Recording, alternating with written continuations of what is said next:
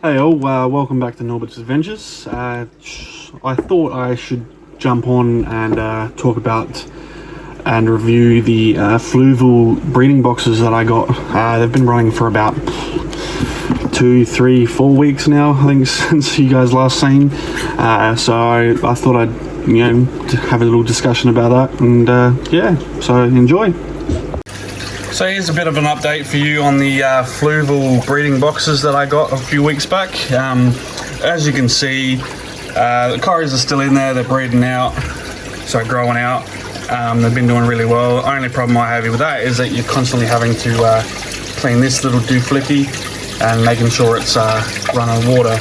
But when you're obviously doing water changes at the same time, when there's no water coming through, it kind of stagnates a bit. But yeah, no, that's the only problem I've been finding with these, is that these get clogged up a lot, and obviously the bottom gets filled with filth, which is not as bad as you might think for Corys and sort of bristlenose. But yeah, the shrimp that I've had in there have been enjoying themselves. But yeah.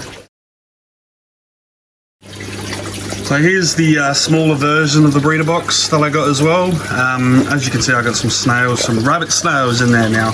I got them this week, added them in there to clean up the gunk and stuff in the tank, which they've done wonderfully. That did have a whole bunch of stuff along the glass. Now it doesn't, so that's one for the snails. But yeah, as you can see, same with the bigger one. This gets clogged up a lot.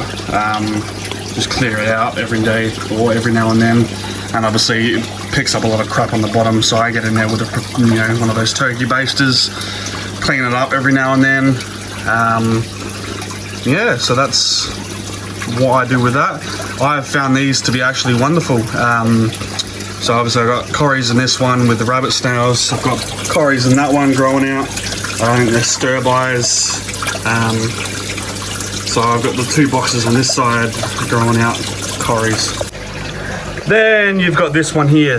This is a big one as well. You can see the dripping at the back there. But I've got a bunch of super red bristlenose fry in there. There's probably about 200 in there, and they've been surviving really well. I haven't had any drop off. So in that sort of aspect, I guess it's a good sign. I've had issues with breeder boxes before where you put a whole bunch in there and they don't survive too well. This is the only one besides the Zist boxes that I've actually held and actually had no losses and no issues with regarding fry drop off and such. So that's a ticking of my approval, I guess.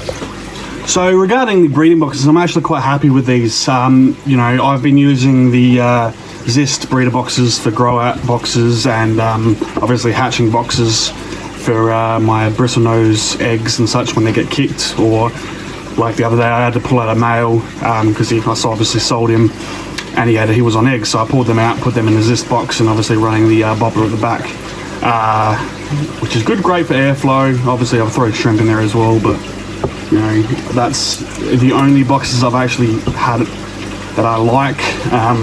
These Fluval ones, on the other hand, are next level. They don't have the same sort of capacity to get air movement around with the diffuser, obviously because it's a top filling box and it hangs on the outside. Overall, I think it's a great little kit. The smaller one's great for, as you can see, housing a smaller amount of creatures or snails. Even if you use it to take photos, well, that was the plan anyway for me, but obviously then things kind of happened in the fish room and it expanded quickly. The grow out tank for my Corys in the other room has been taken over by Corys, so it's kind of trying to level it off with a few breeder boxes in here and obviously the breeder tank in there. Hopefully going forward I can get rid of some of them and move them over. I haven't had any issues with these boxes with survival rates or deaths or anything differently happening. But yeah, I can't fault these ones at all. If I was to change one thing, I'd obviously change the water bubble at the rear, because it's a bit of a, you either have it too high or you have it too low. If you have it too high, it makes awful noise. If you have it too low, it doesn't pump enough water in. you know, maybe that could be a thing that could change, but yeah, I can't fault them at all. Overall, I did have a few people tell me when I first got them that obviously the overflow area did clog up a little bit and was a bit of a pain in the ass. I have found that the actual H pieces you get with them kind of allows a bit more flow, but you know, because I've kept Corys in those boxes, that space is pretty much big enough for the fry to get through, so it's not exactly been the best thing to put in. As for the other ones that I've got, you know, say bristlenose fry, sort of the super reds, it was a bit better, especially because they're very dirty animals. It allowed a lot more movement of, you know, water, but yeah, that was pretty much the only downfall I could find of these, is that the outlet kind of clogs up. I haven't found that the inlet clogs up yet.